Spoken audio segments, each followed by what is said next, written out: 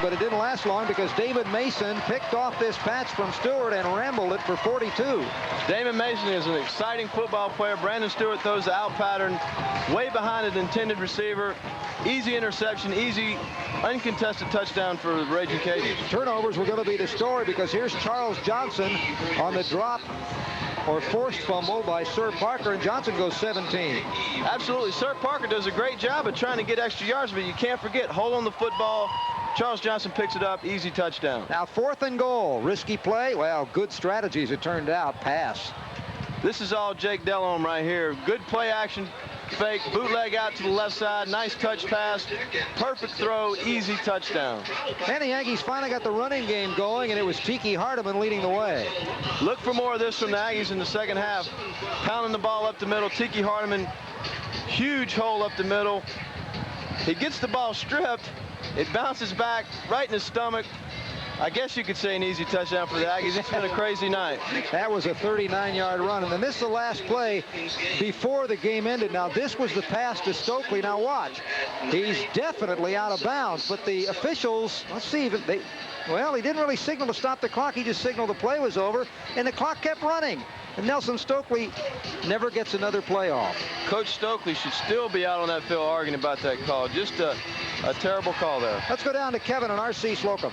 Turned the ball over 5 times in the first half. You feel fortunate to be down by only 8 right now? Well, it's hard to win a football game. You turn the ball over 5 times. We're fortunate it's not over already. So I told the team, we've done some good things. Our backs were running hard when they fumbled the ball. We just got to hang on the ball. It's a little humid out here and sweaty. Got to hang on to it. Keep doing what we're doing, and we'll get some breaks ourselves in the second half. Good luck in the second half. Thank you. Back upstairs, guys. R.C. Slocum down here on the sideline. Okay, let's take a look at first half possessions. Now, this is how the Aggies did it.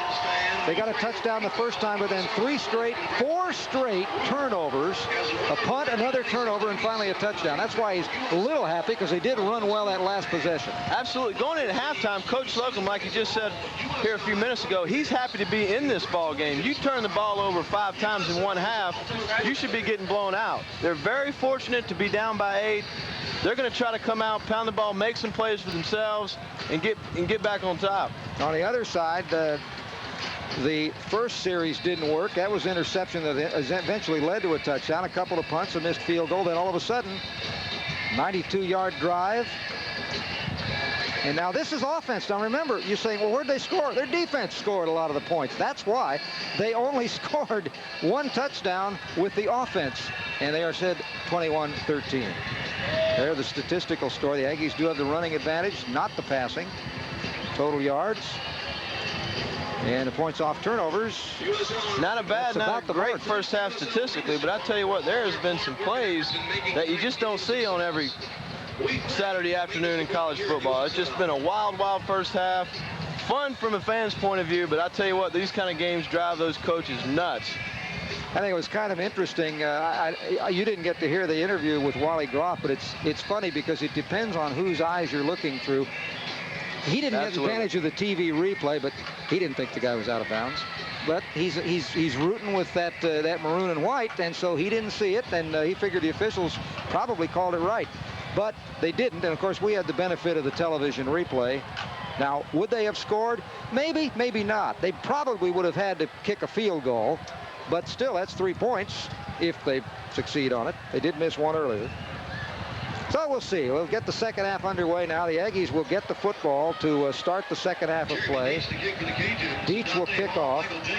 And Hall and Hawkins and Dante Hallrader and Michael Jennings are deep. Hall is number 34. Jennings is number 25. And a kick is going to go out of bounds. It'll come out to the 35, and that's where it'll be put in play. Didn't like that one. Maybe got caught a little bit in the crosswind. It's a little hard to judge the winds here because the stadium is a bowl. It is underground, essentially. It's 2 feet under sea level, but the bottom part is underground, so kind of hard for the wind to actually get down in there. It may affect very high punts, however. That's probably where that nickname, the Swamp, comes from. Houston and Pittsburgh are tied at 21 in the third. Houston is obviously a much improved football team. Almost winning at Baton Rouge. And now with Pittsburgh tied in the third, that's just one score. Oklahoma State leading Tulsa. It's first down. Sir Parker gets across the line of scrimmage and gets about 3 up to about the 38-yard line. It'll be a second down.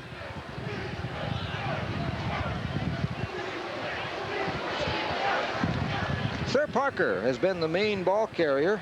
He had 101 yards and averaged 5 a game in the loss at BYU. In fact, the Aggies had a strong running game. Eric Bernard, who's carried the ball just a few times, was also over 100 yards in that game. Second down, 6. Play action, roll right, flag down on the play. And a bring down at the 41-yard line. A gain of about 2, but there is a flag. Pat Brennan, the middle linebacker, came across the field to make the tackle on Stewart. Brennan makes a stop after a gain up to 2. There's a flag on the play. Well, it'll be a gain of 5, and they'll get the down back, too.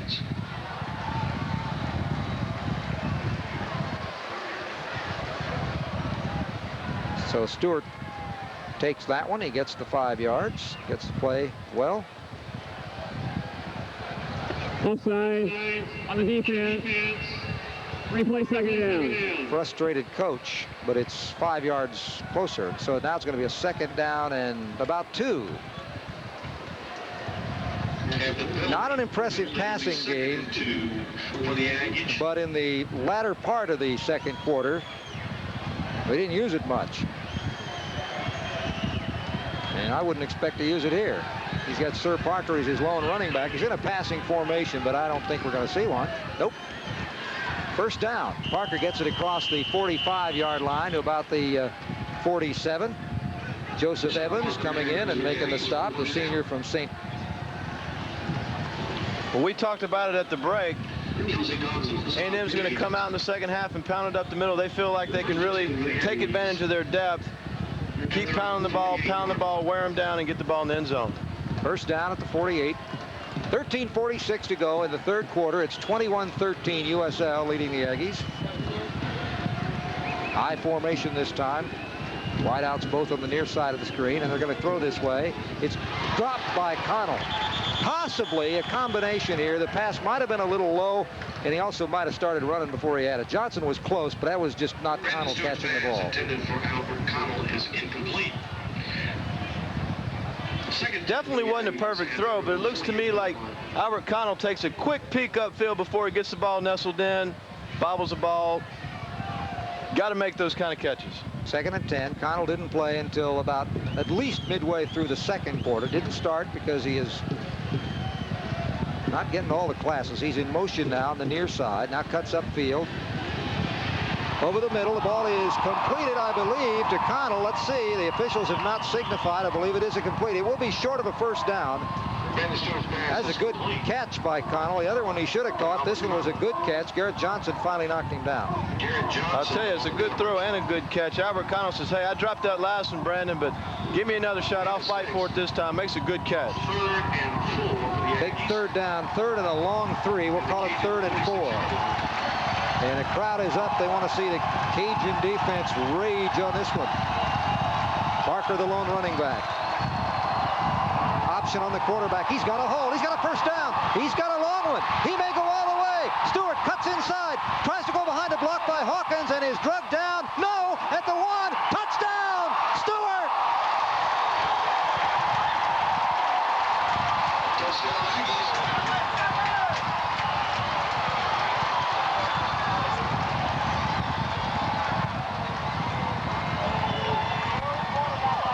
You want to talk about determination. This is the third time tonight they've ran the play. The first 2 times went for 8, 10 yards respectively apiece. Brandon Stewart, the field just opens up to him. He's telling himself, where is that goal line at? These guys are catching up with me. Great second effort there. Fumbles the ball. The big old line gets his first career touchdown, I'm sure. Big break for A&M. Going for the tie now, trailing by 2. Movement on the line. Stewart touches his knee down because he was sure that it was the defense that came across. Flags are down. Cabell possibly the man guilty. Ooh, now wait a minute. Yeah, that may just be wishful thinking by Mario Stevens. He's signaling against the Aggies. False start. Ooh, on it the was offense. against the Aggies. Does 5-yard that hurt when you're going for penalty, two? replay it down. Now they may change strategy and just go ahead and kick. That would make it a 1-point game. That was a 46-yard run for Stewart. I guess they said he broke the plane of the end zone, so he'll get credit for that touchdown. 8-yard line. Aggies go for 2.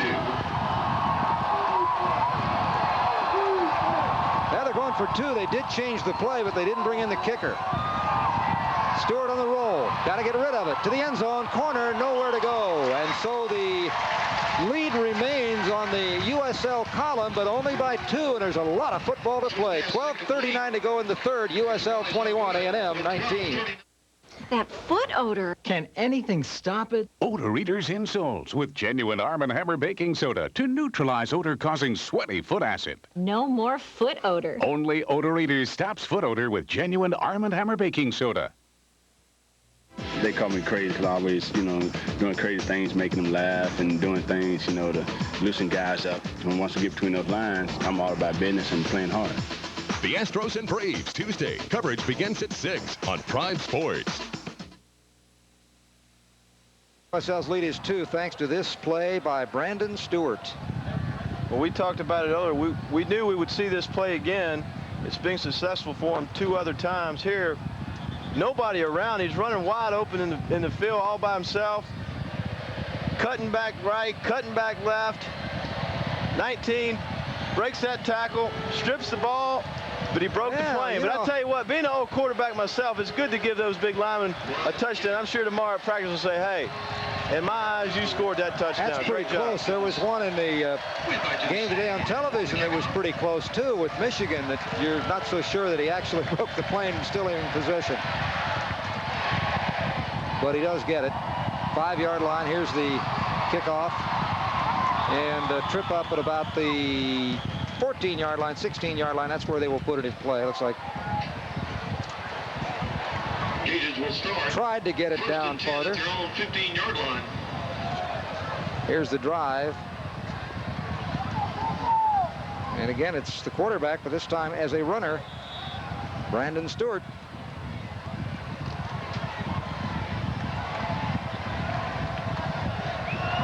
First down on the 16.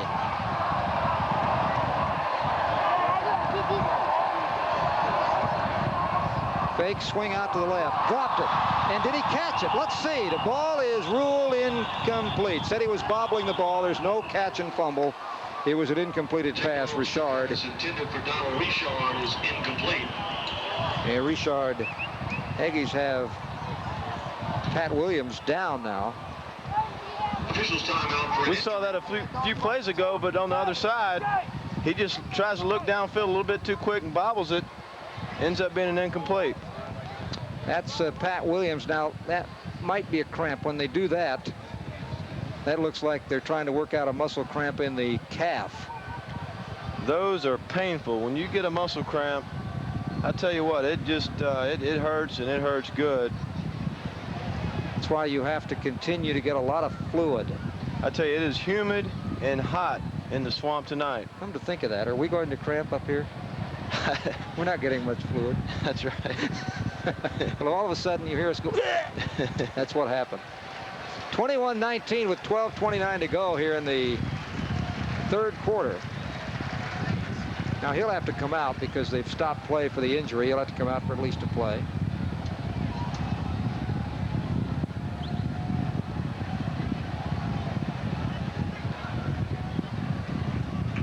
You can call a timeout, but they won't do that at this stage of the game. He'll come out for at least a play, and maybe more than that to work it out. You just got to keep pumping those fluids down. Drink water, water, water, water. I tell you, once you start getting those cramps, though, it's tough.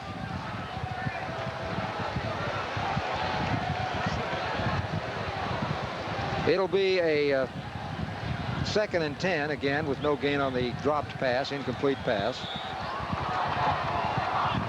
2nd and 10 for the Cajuns. Ragin Cajuns, Jake Delhomme leads his team up to the line of scrimmage. He's got Stokley wide on the near side. He needs 10 yards. Second down.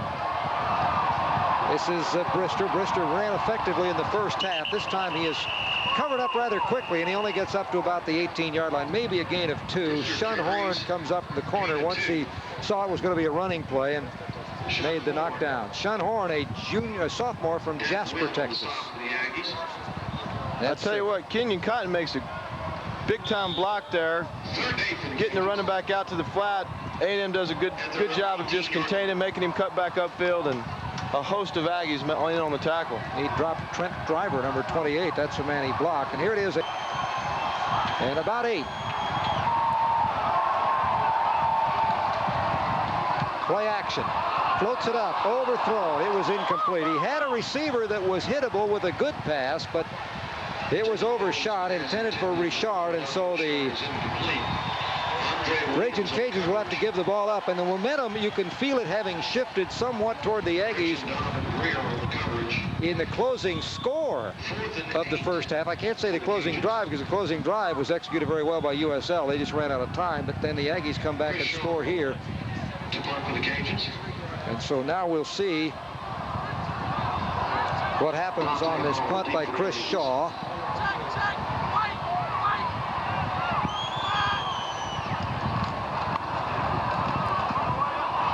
Shaw's punt is away, and it's a beauty. But it bounces the wrong way. Got caught in the wind. It appears there is a wind in the face of the punter from right to left. We'll take a break with 11:29 to go in the third quarter. USL 21, A&M 19. It's time for the Dr. Pepper Red River Shootout. This year's game marks the 91st anniversary of one of NCAA college football's most spirited rivalries. The 1996 game represents the first time these two teams will play under the Big 12 Conference umbrella. Come see the action in the premier conference in football. Don't miss your chance to be in Dallas for the Dr. Pepper Red River Shootout, October 12th. First play from scrimmage after the timeout. Nowhere to go, as the Cajun defense right on top of Bernard. Wouldn't let him get loose. Possibly a yard gain. It'll be second down and 9. In the first half, the top receiver for the Aggies was Dante Hawkins with 2. The top receiver for Ragin Cajuns, Stokley, with 3. Remember, he caught them late. He had 45 yards. Donald Richard had 3. Top rusher was Hardiman with 56. Parker had 49. Second down and 9. Richard Connell in motion. The swing pass out to Bernard. Bernard cuts upfield, makes a pretty good gain, but Kelsey Dotson brings him down. It wasn't really as good as it looked, because you had to consider the play started from behind the line of scrimmage. He gained some yards if you count that, but it was only a gain really as far as net yards of about 3, so it's third down and 5. Now the change will be made in the defense. Brennan comes out, and Charles Woods comes in. He's an extra defensive back. They take the middle linebacker out on what they think is going to be a passing down. Third down and 6. And they are correct. It is a passing down, but they can't stop it. It's a first down for the Aggies. Coming back for it was that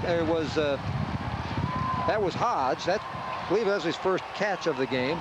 Charles Woods was on coverage and made the tackle, but it's a first down. First down for the Aggies. Well, the key to this play was his protection by the offensive lineman. They gave him plenty of time to throw.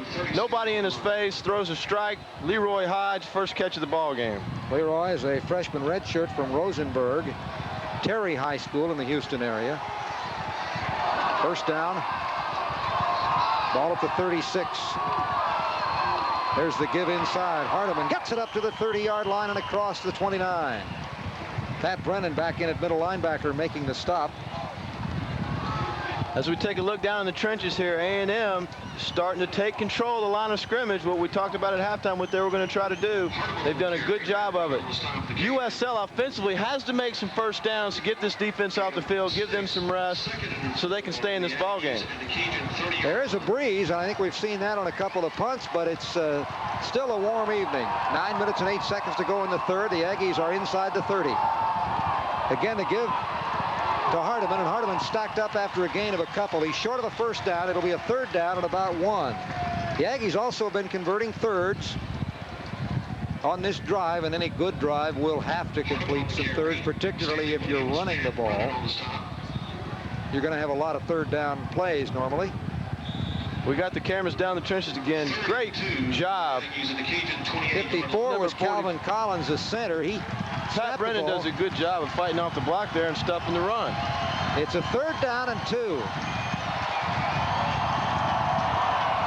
Broyles is in to lead block, which he does. Hardiman will have the first down maybe, but there is a flag. And when it's thrown from the side, it's either going to be a motion or a line violation, one way or the other.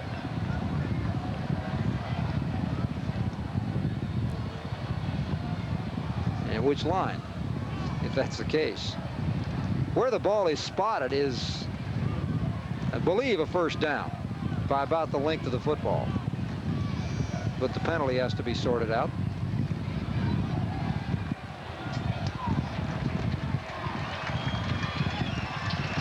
And it's against the Aggies. Leading procedure against the Aggies. Illegal formation on the offense. 5-yard penalty. Replay third down.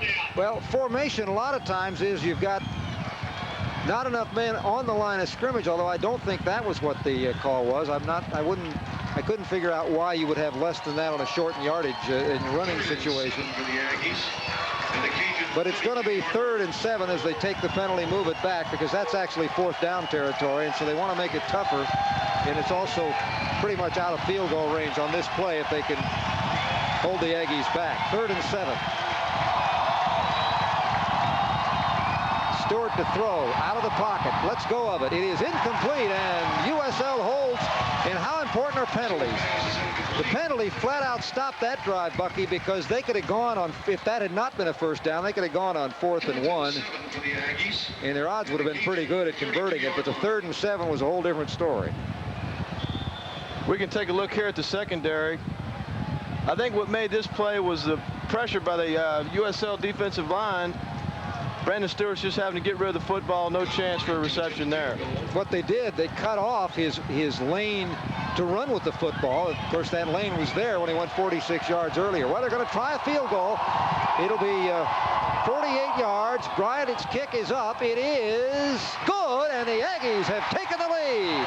Bryant, the hero of the Alamo Bowl, has given the Aggies the lead in this football game, 22-21, with 7:58 to go in the 3rd quarter.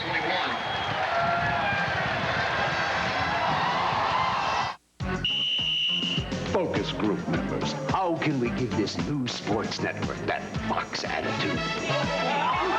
Let's call it the Cowboy Sports Network. More full frontal sports would be real nice. Did you see the size of that guy's head?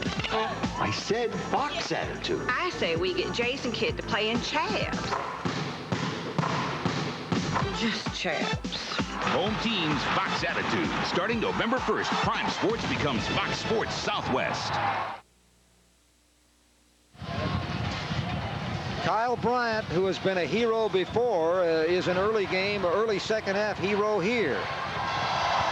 I tell you, they did good just to get the play off. That play clock was ticking down, or the 25-second clock rather was ticking down. Barely got the ball off. He's a happy man after that. He is now 3 for 3 between 40 and 49 yards this year. So he's been quite efficient. He is 4 for 4 on field goals, 3 for 3 between 40 and 49, and 1 for 1 between 50 and, well, the computer has to say 50 and 99, but I'm not going to get too many kick 99. Here's the kickoff now. Very important drive for USL as the momentum has definitely shifted. And it may shift back if he can break loose, but he cannot.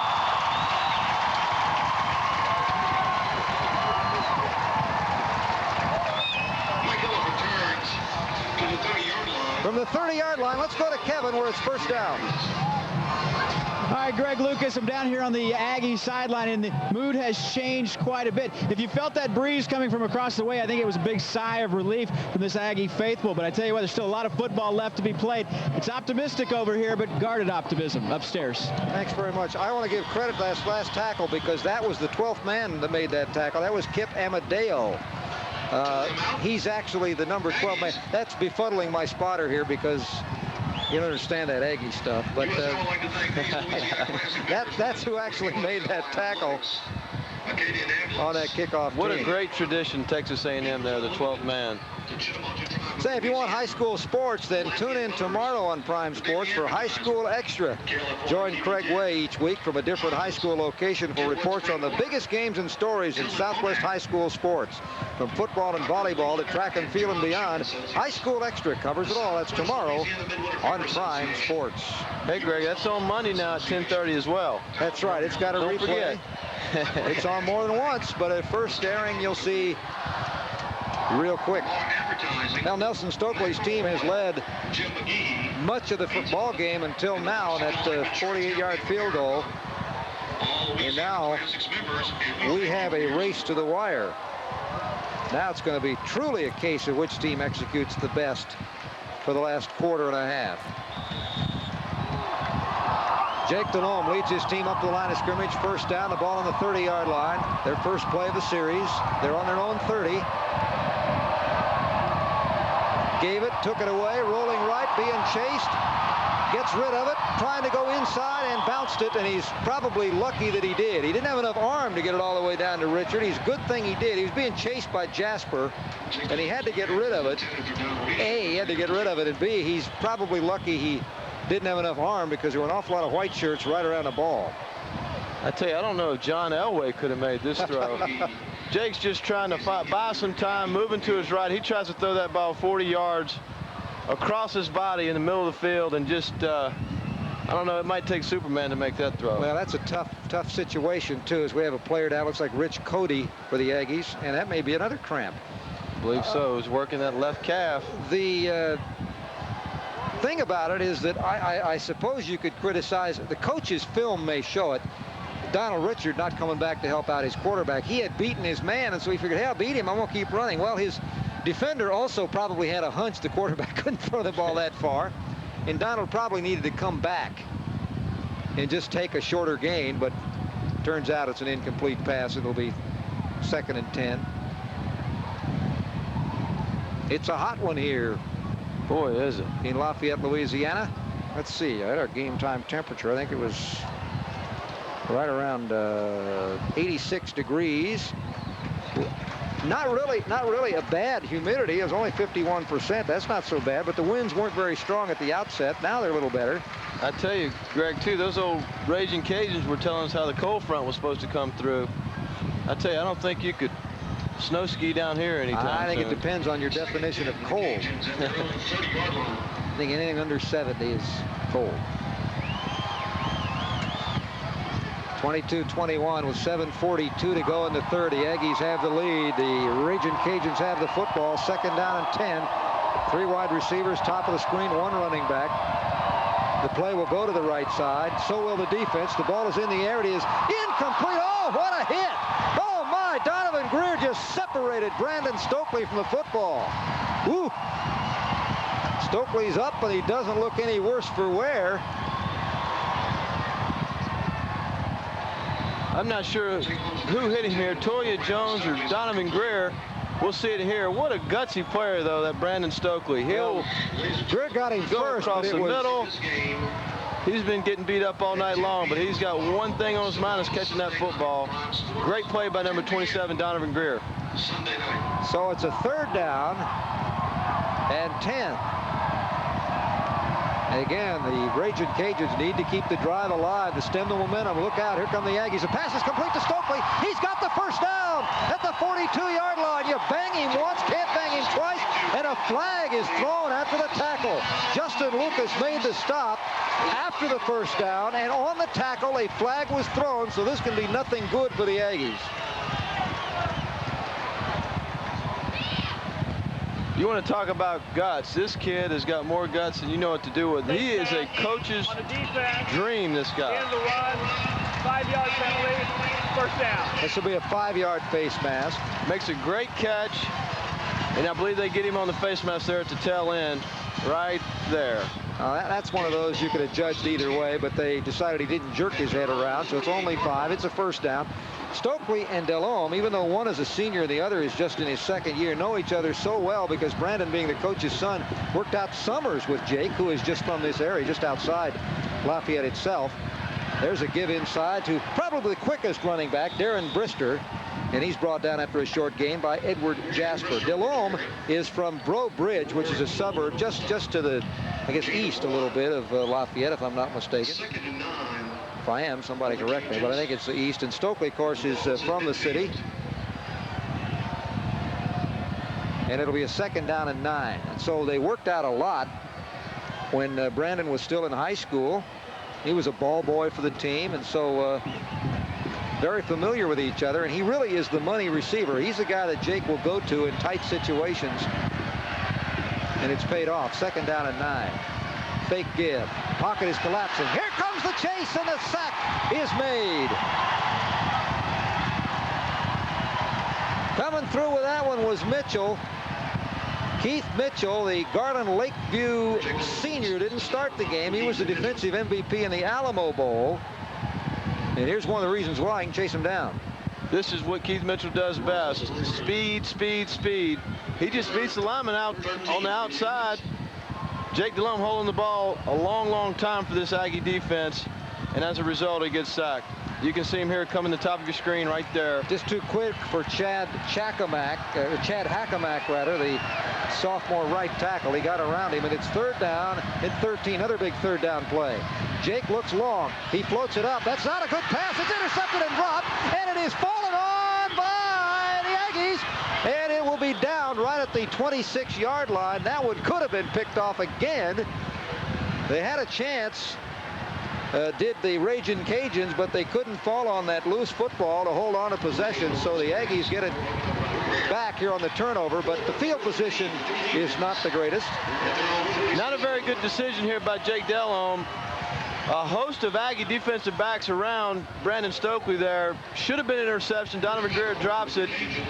Not a good decision. Fortunate not the interception, so they punted away. Yeah, they ended up calling that an incomplete pass. He had it, and then it was actually knocked away by his own teammates, so it was never a fumble. Here's the 4th down punt, low, trying to get it into the wind. It's low, and it's going to be picked off up to the 25-yard line, out to the 30. There's some running room, and finally out to the 37-yard line for the Aggies. Mike.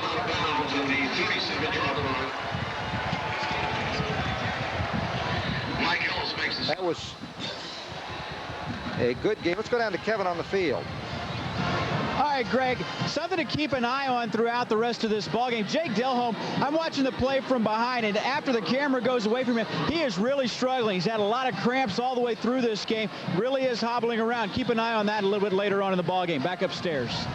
Hall's return brings the ball out to the 37-yard line, where it'll be a 1st down for the Aggies.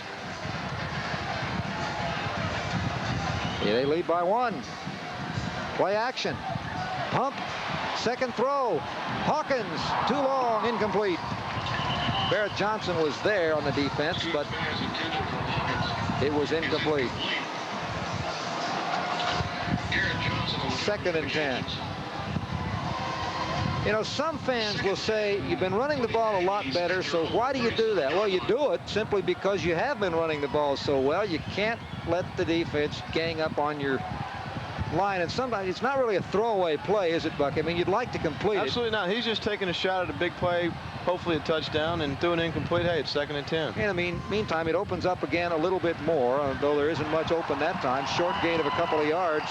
Parker, and that was Joseph Evans in on that play. whole bunch of red shirts, actually. You can name the team. Chucky Woodall, 46. And Bernard was on the carry, 22, the Tulsa Union sophomore.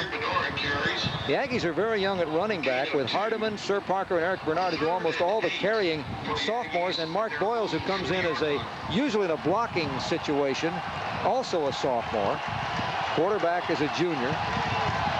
It's 3rd down and 8. This is, in fact, the youngest team in the Big 12. How many people knew that about the Aggies? They are. They're talented. Hawkins cuts inside on the inside play, and that looks like going to be good enough for a first down. Hawkins cut inside and took the pass, and depending on where they spot it, now it may be a tad short. They may have to measure. This is just that flanker screen we've seen several times tonight. Brandon Stewart practically makes that throw in his sleep. He doesn't even hardly look. There you see number 37 making a good effort. I think he might be just shy of the first down. We'll find out here after the measurement.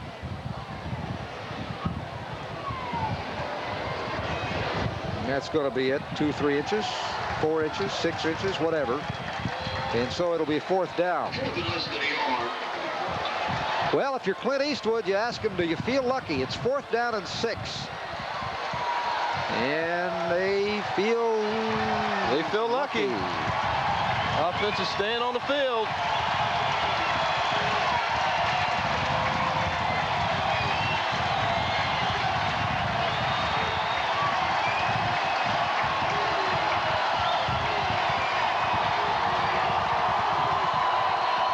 Ball was fumbled but picked off by Stewart. He held on to it, and he has the first down. That was very close. He actually took that one across the line of scrimmage, holding it on his hip or his thigh. Now watch this. You can see it here. It just goes right through his hands. He's able to hold on to it. All he needed was 2 or 3, 4 inches for the first down. And they're going to measure. Well, now I'll tell you where they spotted that ball. This is going to be close. Ooh. You know where they spotted that ball? Where they spotted that ball, I don't think they have it, but let's see.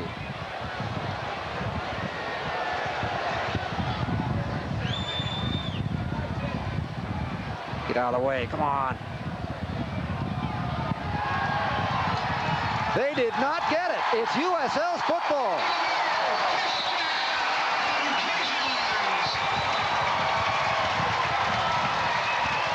Let's take a look at what the coach thought about this measurement. Nelson Stokley. He says, you owed me one, you owed me one, you owed me one. You think he isn't excited? Well, his team gets the ball now at midfield. Man, there's nothing you can tell about it. It's a funny game, the way the measurements are taken. They can get down to an inch, and yet the ball's tossed around, and they think they've got it all lined up. There's so many inches that can be lost during the course of a game. Here we go, first down. And a pitch back. Brister tries to go outside, gets just a little bit of yardage, maybe a couple of yards, and he runs out across the 45. Larry Walker ran him out. Brister is the quicker of the runners, just the freshman. Kenyon Cotton is the bigger of the runners, and Sean Guillory just comes in and blocks occasionally, rarely carries the ball. Play coming in from the sideline. Franco Smith, number 82, brought it in.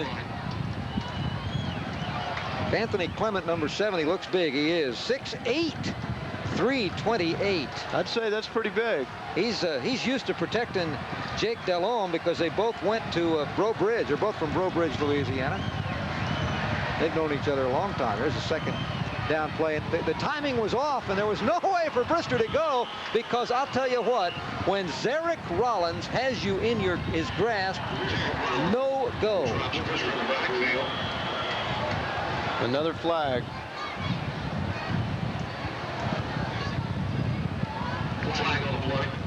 Take a look at the play. It's a blitz by the Aggie defense. Zarek Rollins bounces off his block. Good shoestring tackle. Said, you're not going anywhere. Personal foul. Red. Player is ejected. Wow. We did not see that. Who was it? Well, looks like it's the guy we're talking about, Anthony Clement. And does that make a difference? We're just talking about this 6'8", 200 or 328 pounder, a key in the line blocking. And whatever he did, he's out of the game. Anthony Clement there has got to be smarter than that. He cannot afford to get kicked out of the game. He's one of their best, if not the best offensive lineman they have. They've been running that ball well on the left side all night. A huge loss for USL. Literally and figuratively. And he was only one of 2 returning starters on the line, and just a key blocker for their pass schemes. That would bring Dan Ader in. We'll try to see here number 70. What he does to get him ejected. It looks after this play nothing unless he gets down on the ground and has some funny business going on, but we can't tell from that angle. No, nothing on the screen that was visible. It had to be after the play. Here's a 3rd down play. They may have enough. They may have enough. If he gets his blockers out of the way, it is very close. Brandon Stokley almost picked up 23 yards. Let's see where they spot it. It was 3rd and 23, and on a screen pass to Brandon Stokley. I know I'm starting to sound like a broken record, but what a gutsy ball player this guy is. He knows how many yards he's got to get. Watch him here at the end, out of bounds, trying to reach the ball over the He didn't first get the down marker. It looks like he's short. It'll be 4th, but they'll go for it. 4th and a yard. What an effort. What an effort. He had to push Cody Romero, his 238-pound tight end, out of the way. They called that a lateral because the pass was actually behind the quarterback, so that was the rushing play for Stokley. But it's 4th and 1. They give to the big man. First down. Kenyon Cotton, the power runner, the 255-pound tailback, and the USL Ragin Cajuns are on the move here. The Aggies sensing momentum, shifting the other way. I don't know if it's possible to stop Kenyon Cotton for a loss here. Just over the right side, big man gets him a yard, keeps the drive alive. USL 1st and 10 at the Aggie 35-yard line. Oh, what a football game. We've got 1st and 10, the ball at the 36-yard line. It's 22-21. The Aggies leading after they got the field goal from 48-yard field goal from Kyle Bryant. 3:02 to go in the 3rd. Cotton, the power man again, spins inside and gets to about the 32-yard line. Edward Jasper, the nose guard. He's a big guy too, isn't he? 302 pounds. You can see here, talking about Keith Ware, watch this block. Pulls, just gets in his way. Kenyon Cotton, nice game. It was just a flagrant, unsportsmanlike foul. That's all we know on Clement. That's why he got ejected. Doesn't tell you much. That just tells you officially what goes down as. 2nd down and 7. Overthrown. It was intended for Stokley, and it would have been a good pass, but it was completable. Andre Williams is on defense. Now, what's key here, too, also, is to see how Dan Ader is doing over there in that left tackle spot, because he is number 67 is the man who should have gone into the game.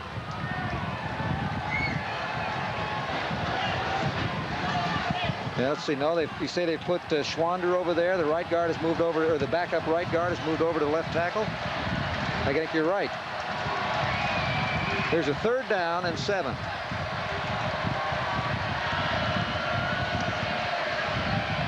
Nothing at all. The Aggie defense, like a wall, drops him for a loss on the play, and it's 4th down. And it's kind of a stretch. I think well, the way the flags are blowing, it would appear you could kick to the left, but again, this is a bowl stadium. I don't know whether or not you can or not, so I think they're going to punt. There's Zarek Rollins again. Stepping up, splitting the blocks there, bouncing off any way he can. They're going to try it. Jeremy Kenyon Deach. Cotton, no gain. Now this is 49 yards, and again, looking at the flags, he does seem to have wind with him. Let's see. Kick is up. It is gonna be no good. That was short, a little bit off to the right, so I can't read really the wind from up here, I don't believe, because of the way the ball is behaving. I actually think it's going better to the right, even though the wind doesn't look like it. Must be swirling in low. Let's take a look at the flags again. Now they're blowing. Well, where are they? Here they come. I think they're well, they're not blowing all there. They were blowing. That's the difference. The goalpost flags are barely moving. The flags up in the bowl of the stadium are blowing out, so that kind of answers our question. There's very little wind down low. Yeah, those are flags, those little things on the top of the goalpost. Now you look at these, and they're blowing rather heavily. All right, it's a first down for the Aggies, so they get the ball back. Still leading by 1. They hold off USL. Flag down. Pass complete to Hawkins. Dropped it. Maybe not complete. Incomplete. It was an incomplete pass. Johnson was there. Motion is the preliminary call. It'll be against Texas A&M. Looked like Brandon Stewart changing the play there. He had both backs moving at the same time when the ball was snapped. Can't do it. It'll cost A&M 5 yards. R.C. Slocum and his Aggies will get to play at home for the first time next week, and in some ways it'll seem like a road game because they'll be playing on grass. Kyle Field has a new grass field, and everyone says it looks beautiful. They're going to have a new jumbotron. Motion, the offense, 5-yard penalty, replay first down. They'll replay first down. It'll be 1st and 15. They've also got an advantage, the Aggies do, playing at home with their new jumbotron after Texas tried out theirs, because Texas had some bugs in the sound system, so the Aggies' advantage of going second have a chance to not repeat some of the problems. There's a no gain at all on Stewart as he's strung out and brought down. I guess that USL was Shannon Jeffries. They got to figure out how to stop that speed option. They've been very successful with it earlier in the game. Do a good job. Just string this one out. They'll finally run out of room for no gain. Kelly Dotson, the linebacker, you saw him fill a hole. That did not allow Brandon Stewart rather to cut inside. So it's a 2nd down and 15. Ball on the Aggie 28.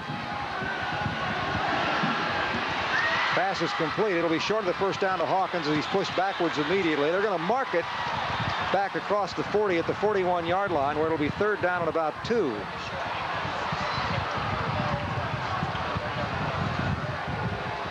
There's a guy with a serious skin disease. Complete to Dante Hawkins. Dante Hawkins with a catch. Shannon Jeffries on the stop. It'll be a 3rd and about 2. Ball right at the 41-yard line. The clock ticks with 7 seconds. And they may get the play off. Let's see. 2 seconds, 1 second, and they do not. It is the end of the quarter. We've reached the end of the 3rd quarter with the Aggies taking the lead, 22, USL 21 from Cajun Field in Lafayette, Louisiana.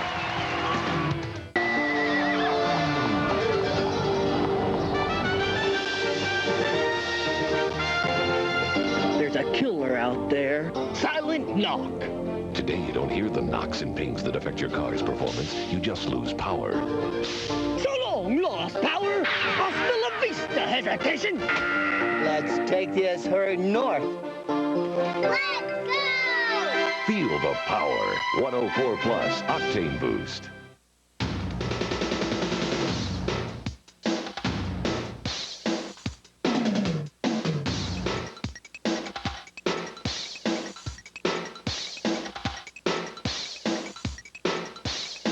Odorless Red Devil White Lifetime Caulk with Silicone. Easy water cleanup, warranted for as long as you own your home. Now only $1.99. Use Louisiana Pacific Womanized pressure-treated lumber for the best warranty. Look for the blue diamond label. Build it with the real... Let Snick transform your Saturday night.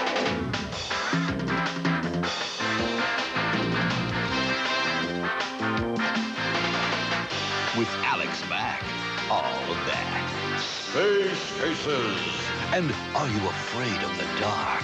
Plus, a new Snick Snack premieres every week. Snick, every Saturday night at 8, 7 Central. Make every Saturday night a Snick Night with Nickelodeon and Cox Cable.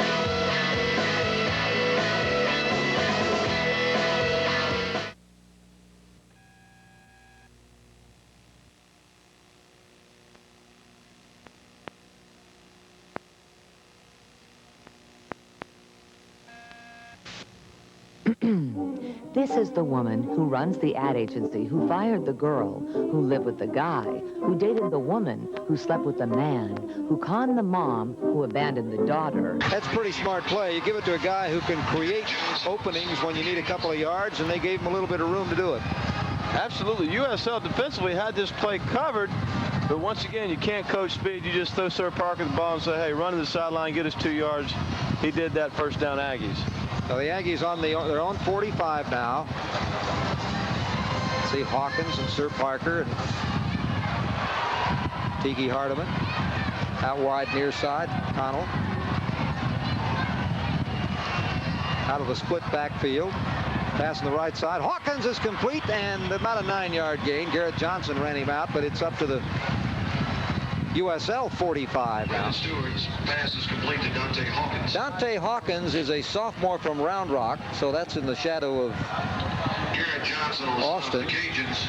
He missed a couple of games last year with a shin stress fracture, and against BYU, he caught 6 passes for 77 yards. He played a lot last year, wasn't listed as a starter, but he played a lot of minutes.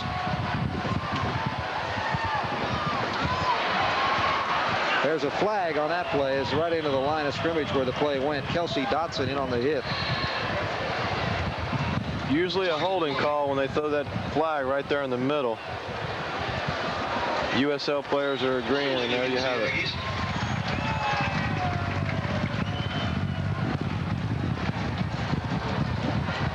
It's been a struggle, but it's supposed to be. It is most places anyway, except for Nebraska. Boy, are they loaded again this year. Yeah, but you know, that can get boring too. It's never boring for the guys in the red. But 10-yard penalty. Replay second down. This is exciting football. Let's see if the left. Looks like the left guard might have a. I think that's where they got it, the left guard. So it's going to be second down and a little bit more than 10. And here's the sack. Whoa! Joseph Evans, the senior 241-pounder from St. Martinsville, Louisiana, was untouched.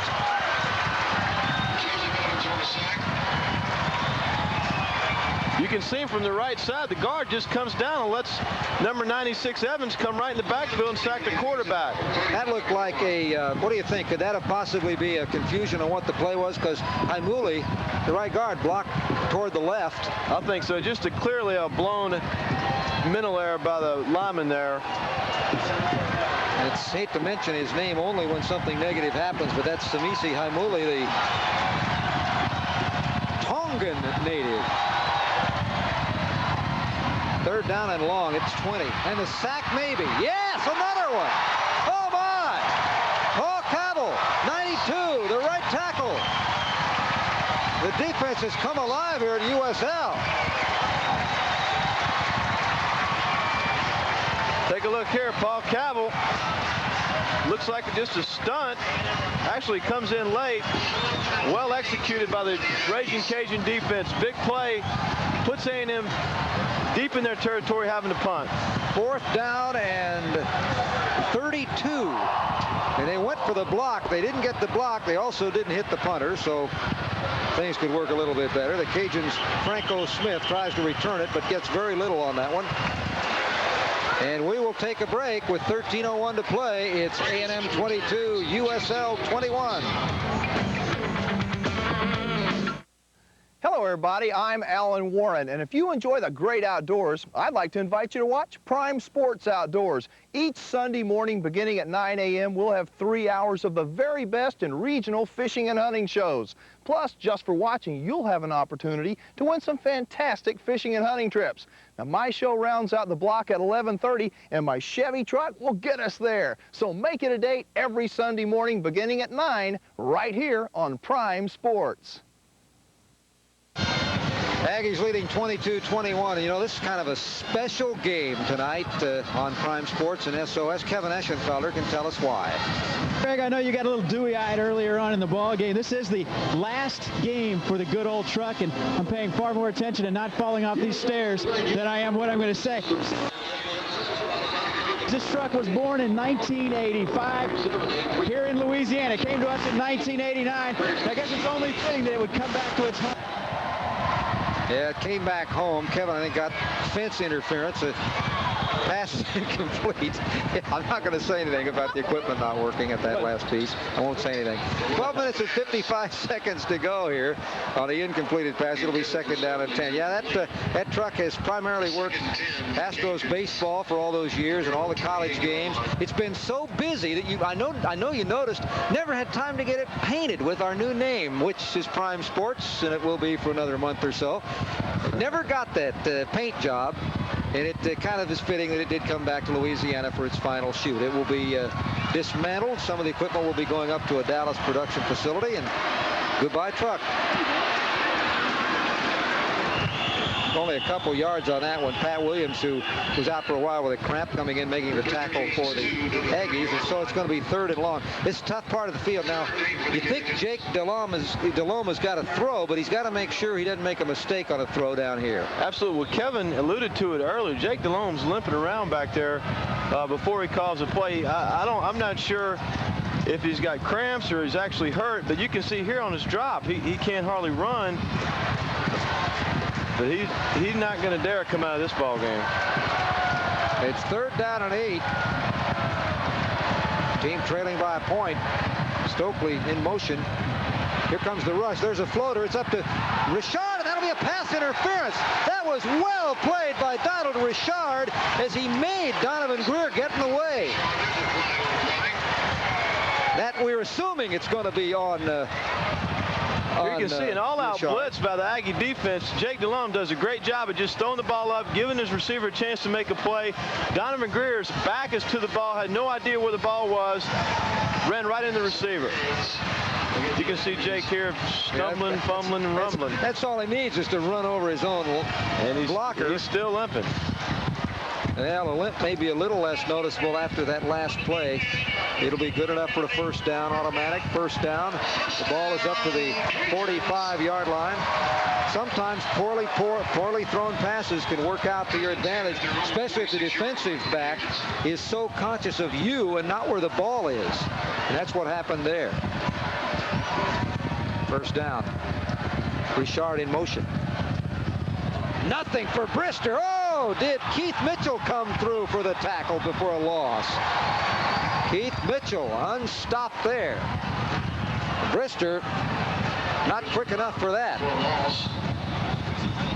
By Keith Mitchell. Here you can see Keith Mitchell just blow right through the middle. Great play. Running back has no chance. Try to get down on the ground, and let's go to the next one. 2nd down and 14. 11:34 to play. Getting down to the point where long possessions for USL need to result in points. He's got Stokley in motion. Looks left, floats it up. That won't be there. Richard can't reach it. Shunhorn was with him. Again, it would have been completable. It was not a dangerous pass, but it was a hard one to complete. And he just looks like maybe his back, maybe his hamstrings. Sometimes when you see a guy bend like that, it could be his lower back, because your hamstrings affect how your lower back feels sometimes. I would think it's got to be affecting his drop. Limping around like he is with cramps and no telling what else. Well, he's going to have to pull one out here. 3rd down, 14. Out of the shotgun. More time to throw. Overthrown, tipped, incomplete. And so they'll have to kick it away. Probably right now, Delhomme needs to be able to go over to the sideline for a while. As he and Stokley that time apparently were not on the same page as they usually are. It'll be 4th and 14.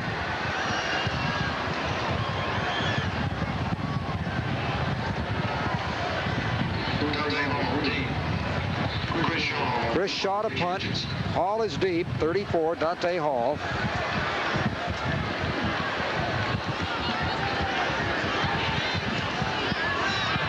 gets that one up pretty well. Hall will take it at about the 17-yard line. Looks for a block, gets one, gets a second one, and moves it across the 25 to about the 28, where the Aggies will set up shop with 10:55 to play in the ball game. It's the Aggies 22, the USL Ragin Cajuns 21.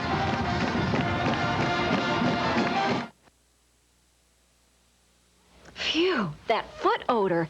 I can't take it anymore. But can anything stop it? This will. Odor Eaters insoles. Now, its powerful charcoal formula contains genuine Arm & Hammer baking soda. Look, foot odor is caused by sweaty acid. And now, Odor Eaters actually neutralizes that odor-causing acid. Finally, no more foot odor. And I thought it was hopeless. Only Odor Eaters insoles stop foot odor with genuine Arm & Hammer baking soda. It'll be Houston. It'll be the Aggies football. It's only partly a Freudian slip. The Aggies have a number of players from the Houston area. Their big recruiting areas are the Houston area and, of course, the Dallas-Fort Worth area, the two most populous areas of the state, with a sprinkling of San Antonians and players from elsewhere. Give inside on a power run is looked like Hardiman on the carry. Gets it up to about the 33-yard line. Pickup of just about 6. It'll be second down. Look for a lot of that here late in the fourth quarter. A&M's going to pound the ball.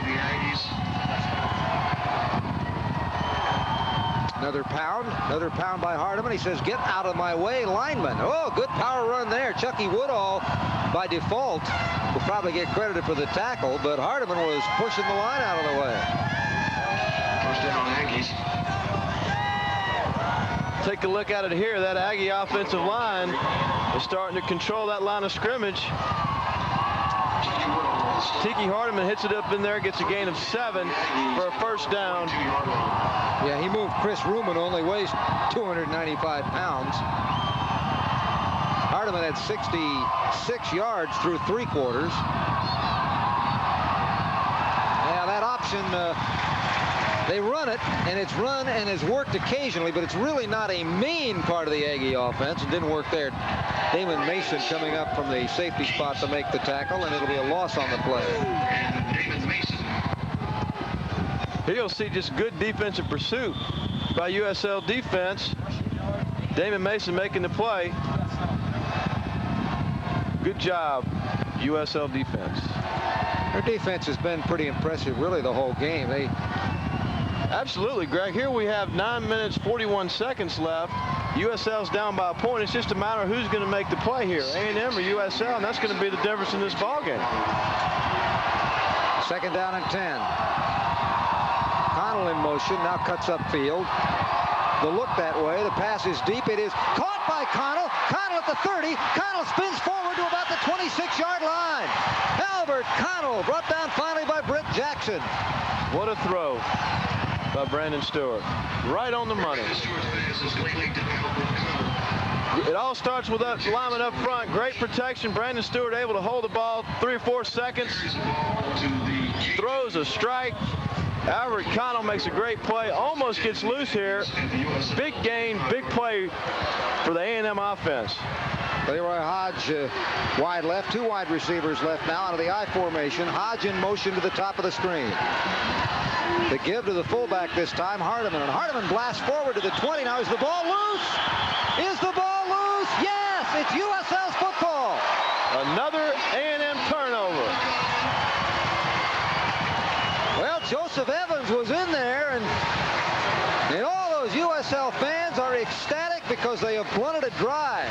Of course, now what Coach Stokley has to see is he has to see some points. See if we can see it here. Just a dive up the middle. It looks like 44, Pat Brennan, knocks the ball loose, and who knows where that thing went after that. Yeah, Brennan in there, and Evans was rushing through, and it was recovered by USL. They have done a great job of stripping. Evans may have been the man that finally picked it up, but in any event, El Brandon Stokley's team has the ball back. They have blunted a drive, and they have a chance to perhaps gain the lead. Their limping, ailing quarterback comes to the sideline with a timeout. We've got 8:55 to play. Aggies lead by 1.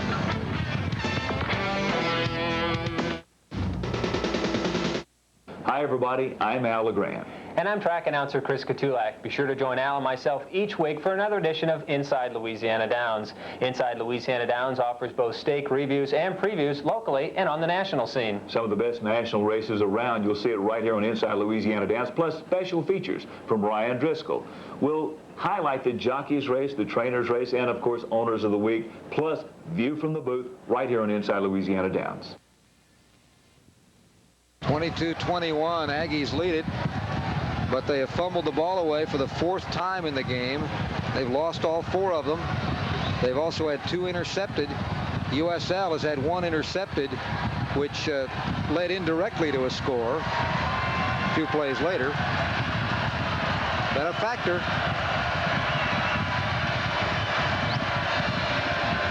Dropping back, the pressure is on. The gimpy leg quarterback rolling out, and he's going to be sacked. There's a flag down at the 22-yard line. The sack was by Williams, I believe, or he's down, but there is a flag down. Let's see. And Delhomme is acting as though he thinks it's going to be against the Aggies, but it will be offside. So they're going to get 5 yards. This is a tough character out there, Jake Delhomme. The officials timeout. And again, another, it's hard to tell. He had 2 cramps maybe. That would be Pat Williams. Yep, cramp, at least on the right leg.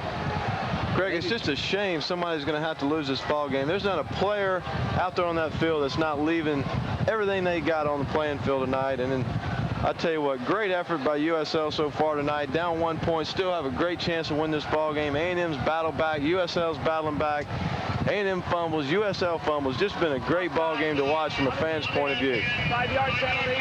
Replay first down. Well, don't forget to tune in Wednesdays on Prime Sports for Big 12 Showcase to get the inside scoop from your favorite college teams. Each week, we'll preview the big stories of the conference, plus a look ahead to the big games coming up.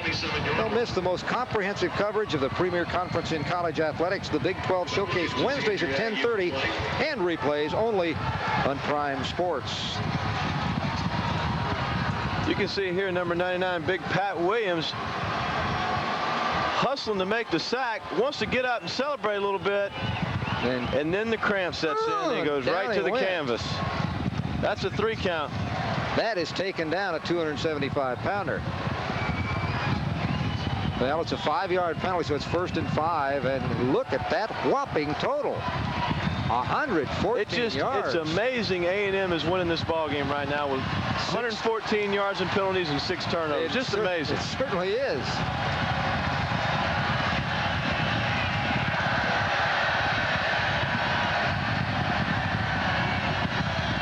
Delhomme floats it. Oh, he's got a man. It's Stokley. It is an out-of-bounds pass. Incomplete. Incomplete.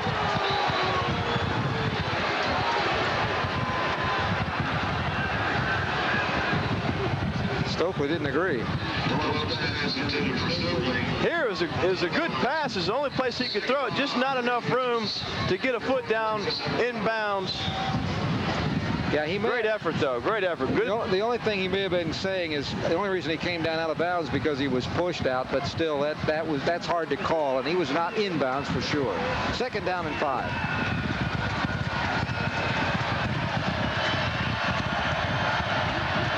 Play change for Delhomme when he sees what's on the line of scrimmage. Quick hit. He has not enough for the 1st down as he hits Mark Buford. And Rich Cody comes in to make the stop, so it's going to be only a gain of about a yard or 2. 2nd down or 3rd down now and about 3. There's 5 or 6 guys out there limping around now. I think the heat and humidity down here in the swamp is taking its toll on these guys, and they all seem to be cramping up a little bit. For the Cajuns, they throw a 30-yard University of Southwestern Louisiana, a campus that has 17,000 students. Football team plays as an independent. 3rd down and 3.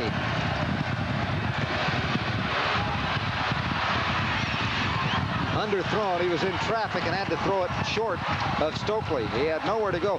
One of the differences in this second half definitely has been people like Dot Nguyen that time, a lot more pressure on Delhomme. He is getting a lot more pressure, and they have not been able to sustain any passing drives at all.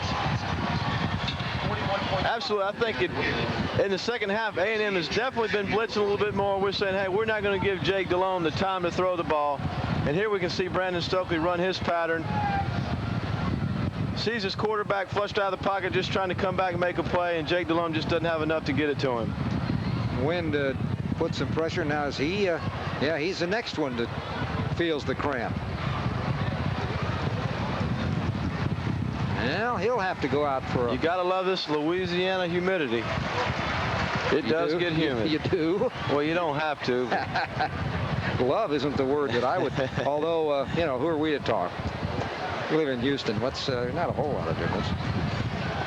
22-21 with 7 minutes and 30 seconds remaining in the game.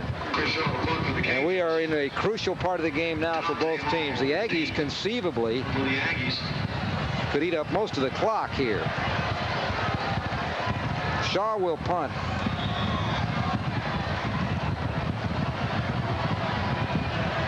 And Hall is back at about his own 35.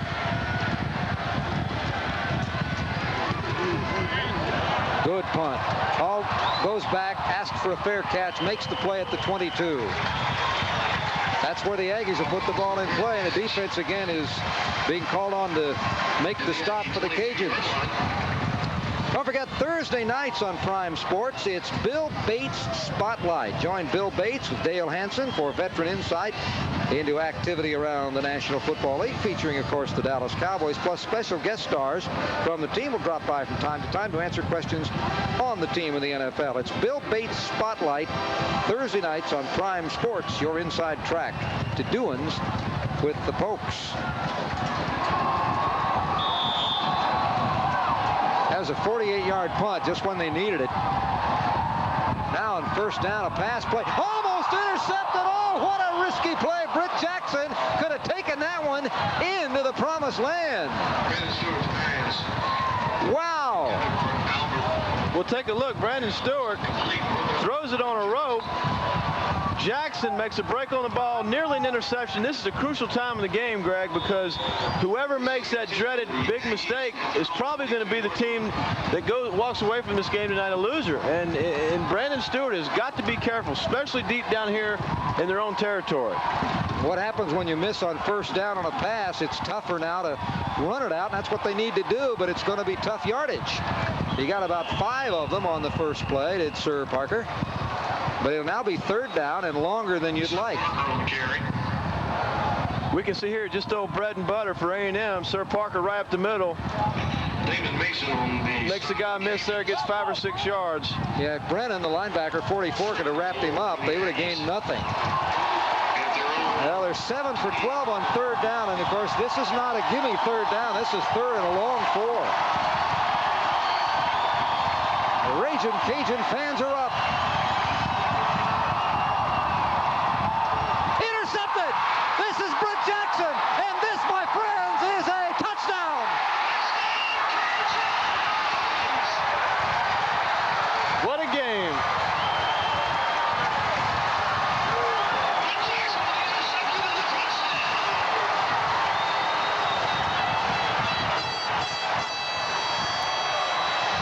We'll take a look here, Greg. Britt Jackson makes a great play, great interception, almost had one the play before, but he didn't think anybody was around him. This could have been crucial.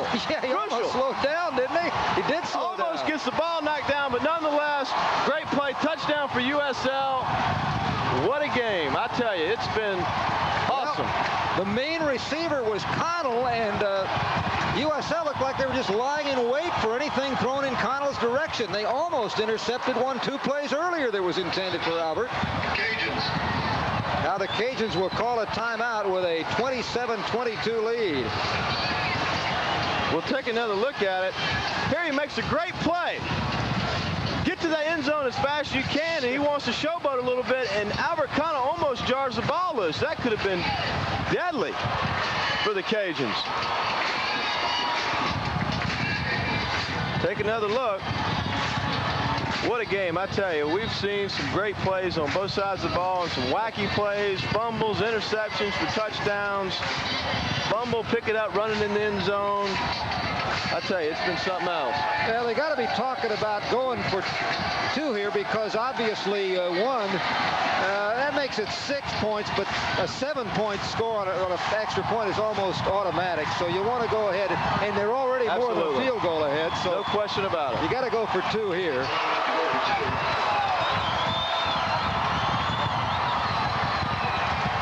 And that would force the Aggies to come back with a full touchdown and an extra point. If you don't make it, you don't make it. They make it. Brandon Stokley gets the 2-point conversion, and that adds 2 more to the total, and it's 29-22. 22 points on turnovers. 22 points on turnovers for USL to 7 for A&M.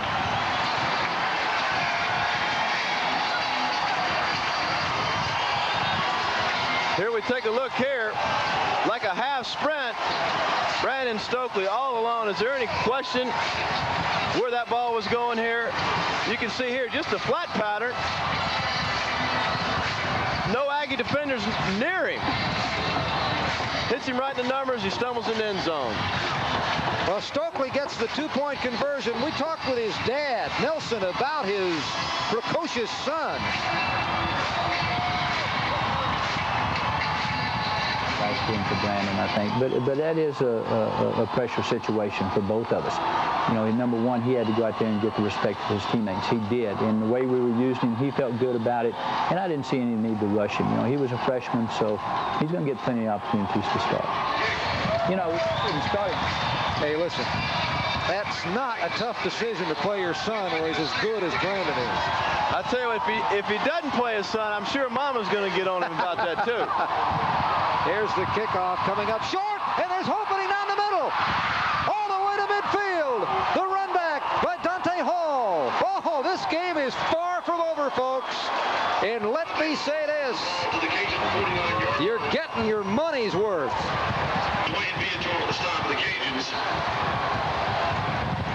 You can see here just an old wedge, and he takes the ball right up the middle. Breaks a couple tackles for a big return. I tell you, this ball game is not over yet. It's been play after play after play all night long. That's the biggest stat there is, right there. And it could have been one more. Remember, early in the game, USL scored one on a turnover that was called back due to a penalty. They did not score after that. Pressure on the quarterback. That's Paul Cabell. The ball is loose. I think the play was dead. Yes, it was. But USL is doing the smart thing, except don't showboat down there, because even though the play is over, you showboat, they'll throw a penalty on you. We're telling you, talking about fired up, wound up, ready to go. Paul Cabell just comes right up the middle, has him by the shoe. Most of his teammates come and knock him to the ground. I tell you what,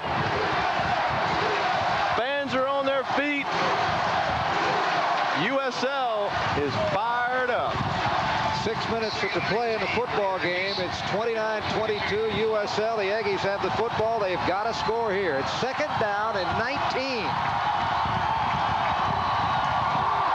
Bernard is swinging out of the backfield. The pass downfield is batted away, incomplete. Good coverage by Garrett Johnson on Dante Hawkins, the intended receiver. The pass was on target, but so was the defender. It would have been good enough for a first down, and it could have been completed. We'll take a look here. Brandon Stewart's got all day to throw the ball. Looks like he makes a pretty good throw. Great coverage, number 19, Garrett Johnson there. 3rd and long. See the tail end. Just a great defensive play by number 19, Garrett Johnson. As they expected, they have set a new attendance record here, 38,783, the largest crowd ever to see the USL Ragin Cajuns at home. Up the middle, the pass is caught. Excellent catch by Connell, but it's still about 9 yards short of the first down. The old largest crowd was 36,133, set back in 1990. Take a look there. Good catch by Albert Connell. Brandon Stewart has all day to throw the football. Nobody or anywhere around him. But again, when it's 3rd and 19 and you get 10, you got to punt it away. And so the Aggies defense is going to have to do the job, and there's a little bit less pressure on USL's offense this time because they have scored. They got a slight running room up the middle, but he was going to be sure he didn't fumble the football. That's Mason. And so the ball comes out to the 23-yard line. Exactly 5 minutes to play. It's the Aggie defense which will have to force a turnover perhaps because a couple of first downs will make it very difficult. Now, timeouts are not a problem because the teams have not taken their allotment here in the second half. In fact, although they're a little bit of a problem with the Cajuns if they need them, they've only got 1 left. The Aggies have 2 left. Now the Aggie defense has to pin its ears back, not make mistakes, and get the ball back quickly. That's a start. As Brister goes outside, Keith Mitchell slid over from his linebacker spot, no gain. I tell you, just USL wants that clock to keep running. I don't look for anything tricky out of them. Just keep pounding the ball, punt it away, put it back on the defense. They played great all night.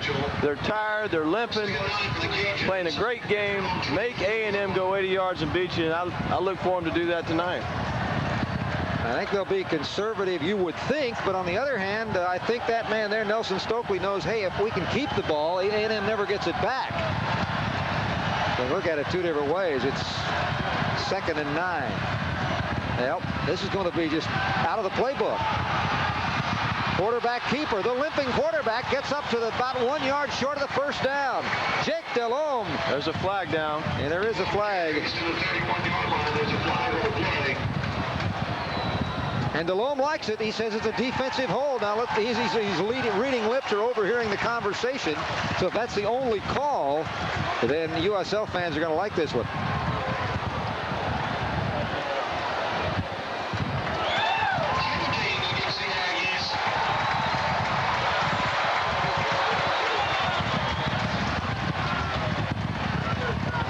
I don't think we'll be able to see the hold here. But Jake Delhomme just sprinting out to his left, decides he wants to run. He's telling, hey, you block him and I'll run this way. Great effort, Jake Delhomme. Hey, what happened to his limp? It's a first down thanks to the penalty. He wasn't limping much there, was he? Sure wasn't. It's mind over matter. He may limp tomorrow, but right now I don't think he can feel a limp. He's 4 minutes away from taking his team into a victory, an upset over the 25th ranked Texas Aggies. It is 1st and 10. Ball at the 42-yard line.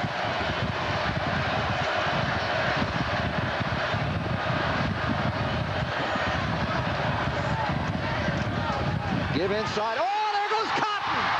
Cotton, blast forward. The ball is loose, and the Aggies may have it. Let us see. It is the USL football. Oh, my. USL held on to the football. I have never seen more balls put on the ground tonight. Unbelievable. It was caused by Toya Jones, and I don't know if did Big Ware get on that one? I'm not sure. It looked like A&M was on the ball, and it came squirting out from under that pile. Kenya Cotton, great run, great hit, headgear right on the ball. A&M's all over it. Oh, it's squeezed. And look at this big guy. There it is. Oh, big number 79. What a play. Number 79 at 350 pounds rolls into the pile, folks. The pile moves. And he got the football. Unbelievable.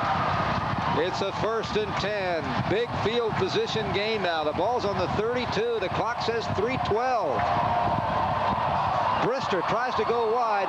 Sometimes, as Mitchell comes through and throws him for loss, sometimes these quick running backs are so picky on looking for their hole that they forget that some of those linebackers can run pretty quick themselves, and they get no gain on the play. Now the clock is what is against the Aggies. Greg, I just hope we don't start cramping up here. It has been an unbelievable ball game. Well, as I said before, If you can keep from being too emotional, that's the play clock. And I know the majority of our fans watching are Aggie fans, but if you can keep from being too emotional, just look back at this game. This game's been a whale of a game. You can see now USL is working that game clock. They're snapping the ball with 2 or 3 seconds left on the play clock. A&M calling the timeout there to stop the clock. Aggies with the timeout. They now have 1 left. Each team has 1 timeout remaining, 2 minutes and 15 seconds. You're also in a situation here where a field goal, they can get close enough for one of those. That closes the door pretty much. But I don't really think particularly that Nelson Stokley even cares if they have to try to score again, because he's got the clock working for him. Just hold on to the football. There you see the offensive coordinator, Doug Furch. He's a Baylor man in class of 75. The assistant head coach and quarterback coach is Ron Brown. Wide receiver coach is Gerald Broussard. Edwin Sheridan is the running back coach, and the tackle and tight end coach is Jeff Jordan. The offensive assistants for Nelson Stokley, who's in his 11th year here at LSU. His career record is 2 under 500 at 54 and 56 and 1. And of course that includes the early loss this year, 55-21 at Florida. Now, I think Aggie fans and Aggie players have to remember that looked like a blowaway, but the story of that game was turnovers, only it was USL that was turning it over. Absolutely.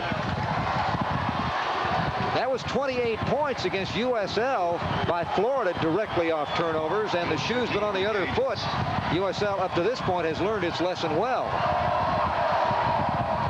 There's Cotton as he stood up there.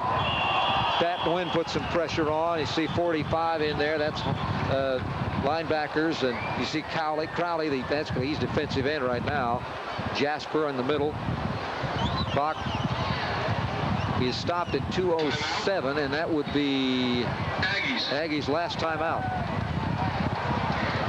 It's 4th down, so they're going to get it back, and they're going to have about 2 minutes because too far for a field goal. You don't want to risk one getting blocked this far back, and so you could expect a punt. They're going to try. I would expect a punt, try to go to the corner, get it out of bounds inside the 10 if they can. Tomorrow on Prime Sports, join Nolan Ryan for 3 hours of the best outdoor entertainment in the Southwest. Take the adventure with Prime Sports Outdoors and become a better outdoorsman with tips from the pros. Fishing and hunting at its best tomorrow, only on Prime Sports. And then if you're in the Dallas-Fort Worth area, the Arlington area, you might get out to the ballpark, because I think tomorrow is a number retirement day for him as a Ranger. And then for those of you in Houston, can see his Astro number retired on the last day of the season, the regular season, on the 29th. So a couple of ceremonies involving Nolan Ryan, and he'll be hosting the outdoor show every week as well. 2 minutes and 7 seconds remaining. They're going to go on 4th down just to eat some clock, because the Aggies have no more timeouts. Oh, to the end zone. Incomplete. Oh, my. He had Richard, and that one could have been completed. Now, this isn't bad strategy. I think ordinarily you'd punt here, except for the fact the Aggies had no timeouts left. Absolutely. Donovan Greer makes a great play here, saves a touchdown. Coach Stokley just said, hey, let's go for it, see what happens. A&M's got to go at least 65 yards to beat us, and we'll take our chances. Yeah, I think that was interesting strategy. You could play very conservative, knock it down inside the 10 if you want to. But on the other hand, he knew that A&M had no timeouts left, so that makes it even harder. They're going to have to throw, and where they've been hurt more often than not, frankly, has been with the running game, and they can't run now. They run very little. Stewart. Connell out of bounds. That stops the clock. He got 8. Or did he? They rolled him out of bounds. They rolled him. He was out of bounds when he caught it. He was thinking he was going to walk out of bounds. Let's take a look at it. Garrett Johnson was there. See if he gets his feet down. No, he doesn't look like he did. Good call by the official. 2nd and 10. That took 4 seconds. Not been a good passing game for Stewart. That's completed to Hawkins, but that's short of the 1st down, so the clock will keep running. He was stopped. The forward motion was stopped before he went out of bounds, so the clock continues to run. He went out of bounds after the tackle, after the motion was stopped. But now, wait a minute. Now they are stopping it. I don't think maybe they've got themselves together on the rules here, huh? Nope, now they're starting it again. They are saying exactly what I said. His motion was stopped before he went out of bounds, so the play was dead. 7 for 14 on third downs are the Aggies, and this is third and short. They got 2 plays here, though. They may lose some here. That could be grounding. They're not going to give it to him. The receiver was close enough, but he really, in reality, was throwing it away. Absolutely looked like he was just trying to get rid of the football, but there was an Aggie receiver within a 5-yard area there. He's explaining the out of bounds, the timeout, and all that sort of stuff, and I guess not much you can say about it, because certainly Nelson Stokley had a problem at the end of the first half. 1:18 to play. This is the ball game right here. The Aggies get a first down. They still got a chance. They need 2 yards.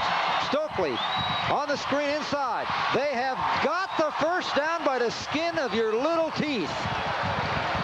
Damon Mason making the stop on Connell. And so the Aggies get the first down. They need to get up to the line of scrimmage and get set to go there. Well, actually, this will give them extra time because there's a player down. We'll take a look. It's just that flanker screen we've seen several times already tonight. Albert Connell barely gets the first down to keep the drive alive. There was a defender there, but he couldn't quite wrap him up, and that is Connell that is down. Now, if you're the Aggies, you want to get your play called and be all set to go. Oh, they're never easy, are they, RC? They certainly haven't been this year. Boy, I tell you, if you like college football, this is one of the best games I've ever seen. And the important thing about this is, in a way, for the Aggies, none of these count. Oh, they count for national rankings, but this game, the BYU game, neither one of them were conference games. They're going to buckle on the chin straps against Colorado in 2 weeks. That's the beauty of having a league membership, which is sort of the difference with USL. Every game for them is a league game because they don't have a league. First down and 10. Stewart has a lot of time. It's thrown complete inside, and that's a first down. Still on his feet, moving forward, and finally brought down at about the 32-yard line. Mason on the tackle. That's the first reception of the day. Britt Jackson, I guess, was the man who made the hit. That was the first reception of the day. That's getting the proper identification for Barry Johnson. No timeouts left. Passes in and out of the hands with 45 seconds to play. They forgot to change. They're so excited it was stuck. The down marker on the first side still said 4th down. That was first down. Now it's 2nd down and 10 with 45 seconds. Here's the play before, and I was waiting to make sure we got proper identification because it's the first reception for Johnson, Brian Johnson, Barry Johnson. What a play for his first reception. Great effort. And running out of bounds to stop the clock with 39 seconds. And again, it has to be a touchdown and an extra point. And in this case, it would be a 1-point extra point because there is an overtime option. He doesn't have to worry about the option of going for 2. It's 3rd down and 4 on the 39. Shotgun. They're trying to come through. Here comes the attack. The ball is in the air. It is off the and maybe intercepted. Yes! Mason on the tip. He's on the bottom of that.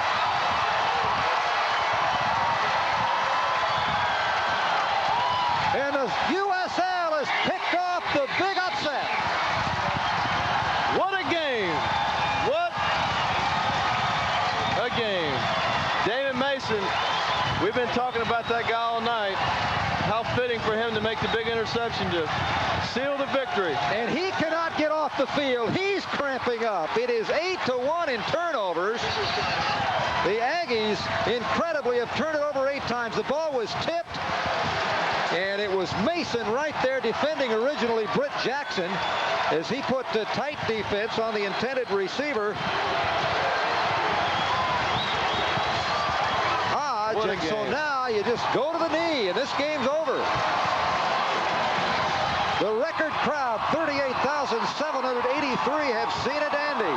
There won't be many more exciting football games all season in college football, and the Aggies are 2 for 2 in thrillers.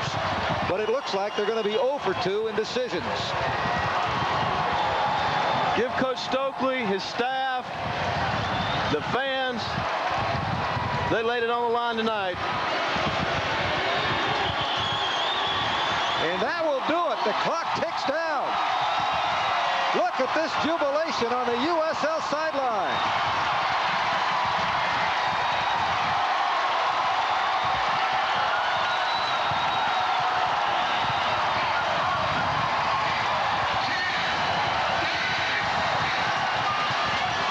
That speaks for itself. What a game.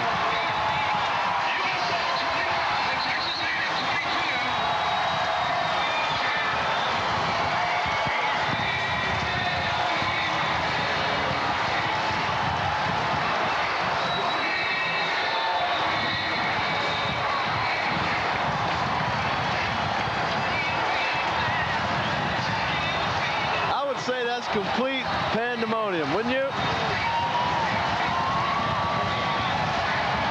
Oh boy, that has to be the biggest win in USL history. Well, I think it's the first time they've ever defeated a ranked team. And the Aggies came in as 25th in the nation. It's very disappointing for the Aggies. But it's a great night for college football fans because this was a beautiful football game. There was everything you wanted to see in it, and certainly you never fell asleep watching this one.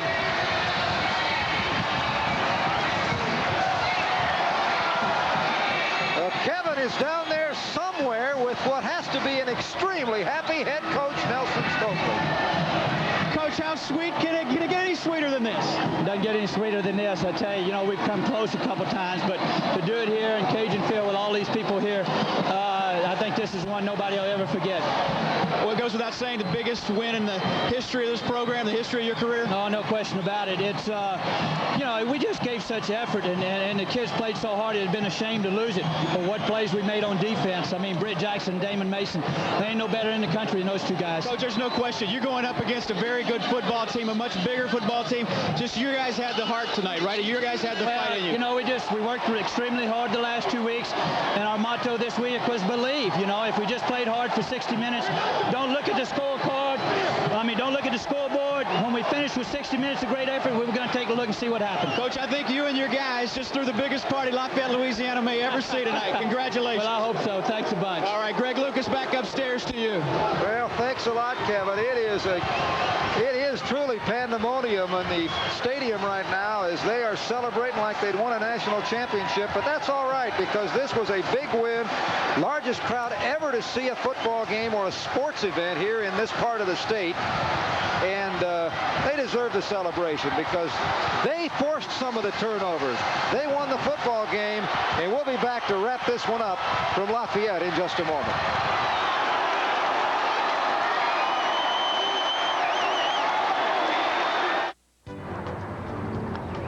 Golf can be a wonderful game, but to hit those long tee shots, solid fairway approaches, or to get out of trouble, sometimes it takes tips from the top. Now, PGA professional D.A. Wybring can help. Just ask Tour Pro Justin Leonard. Tips from the top will lower your score, and I endorse it for golfers of all levels. The award-winning Tips from the Top video. Order now, 800-804-PRIME.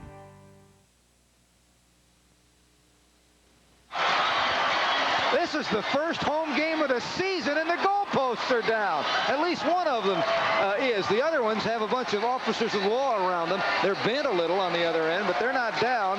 They have taken the goalposts out, and they're going to carry them home. I tell you, let them celebrate. It's the biggest win probably in USL history, for sure, Coach Stokley's career here. Well, let them have fun, celebrate, be safe, enjoy the moment.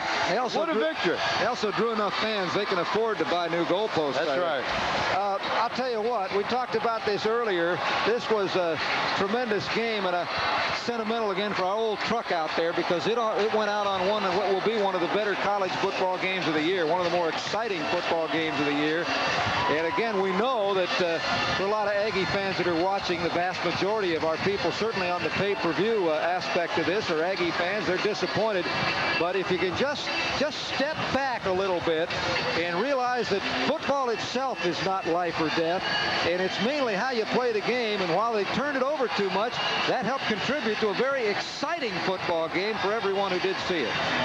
Absolutely. Just USL played their hearts out. A&M played their hearts out. USL, tremendous underdogs to come beat a team like Texas A&M, ranked number 25 in the country. I tell you, it's just a great day for college football. I want to see how they're going to get that goalpost through that tunnel. It won't fit. Where do you think they're going with that thing? This is the swamp, and it's been swamped. They're trying to get it out of here. I don't know how they can get it down that tunnel. It won't fit. Now they're working on the other one. Yeah, there's a couple of officers underneath that won't let them do that, but I think they're going to take it right out of the stadium. Over the ramp. That's going to be set up in some fraternity house. Look at that. It's like a bunch of worker ants taking their breadcrumb home. Oh, me oh my. They're carrying the goalpost right out of the stadium.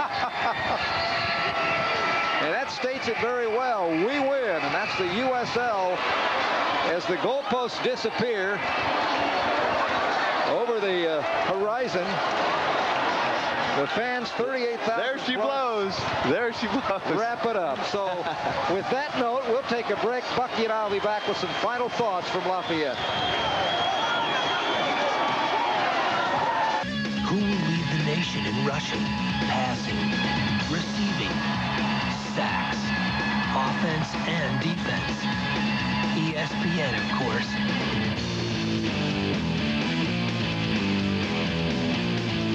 The country's best teams from all your favorite conferences. College football on ESPN. We're leading the nation.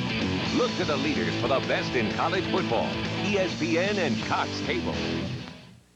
Don't you love that safe, free feeling you get in a pickup truck, Larry? Yeah, nothing but you, me, the open road, a deer. Yeah! A cow! Yeah! An ostrich! The village people! The village people? You could learn a lot from a dummy. Buckle your safety belt. Especially in pickup trucks. I didn't know the village people were doing a road tour.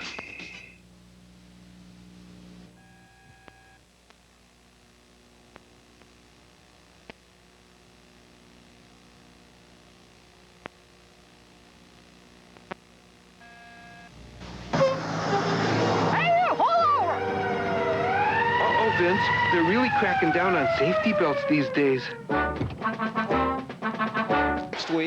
Next week has to be the week, really, that they start putting more things together positively, because the week after that, it's into the Big 12, and then there's no chances to stumble. These games, you want to win them, but I think it's more important, I think, Bucky, don't you think, that to play better, and RC's not going to say they played well. Only certain things for short periods were good in this game, and they've got to be a lot better than that, more consistent. Absolutely, and we've talked about it all night, Greg. You make 8 turnovers, you can't expect to win. It was a miracle they were winning it in the second half at all. I mean, you have 8 turnovers and come out victorious. You got to consider yourself very lucky. But hey, let's give USL all the credit tonight. It's their night tonight. They came out here and did what they had to do to win the ball game. My hat's off to them. The crowd was on their feet for 4 quarters. Coach Stokley had this team ready, fired up, confident to play. What a game. If you like college football, you had to like watching this football game tonight. Well, that wraps up the 2 scheduled pay-per-view games that we have, if there are any seeing others later in the year. We may be seeing Bucky again, but certainly we'll see him in November when he teams up with Kevin Eschenfelder on some Southland Conference football games on Prime Sports. So be sure to stay with us. And, of course, our whole big Saturday of football that we have each and every Saturday revolving around the Big 12 and the Pac-10. You'll see that on our Prime Sports networks as well. For everyone here, and I mean the 38,000 ecstatic fans here in Lafayette, and our entire crew, and our old truck, which is closing its career out with this game, Greg Lucas, hoping you enjoyed it. Reminder that our executive producer for Prime Sports is, as always, Mike Anastasiou. Tonight's game has been produced by Jeff Muckleroy and directed by Hill Thornell. Technical director Mark Alsmeyer. And remote facilities provided by Prime Sports one last time.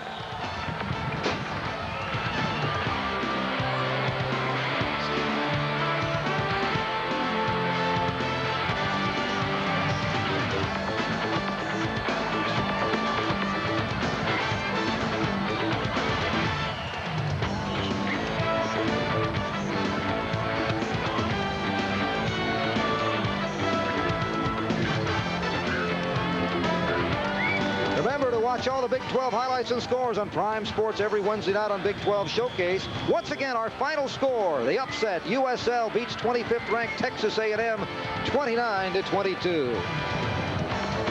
For Bucky Richardson, Kevin Eschenfelder, and the whole Prime Sports crew, Greg Lucas saying so long and thanks for watching. Thank you for your support of Ragin Cajuns.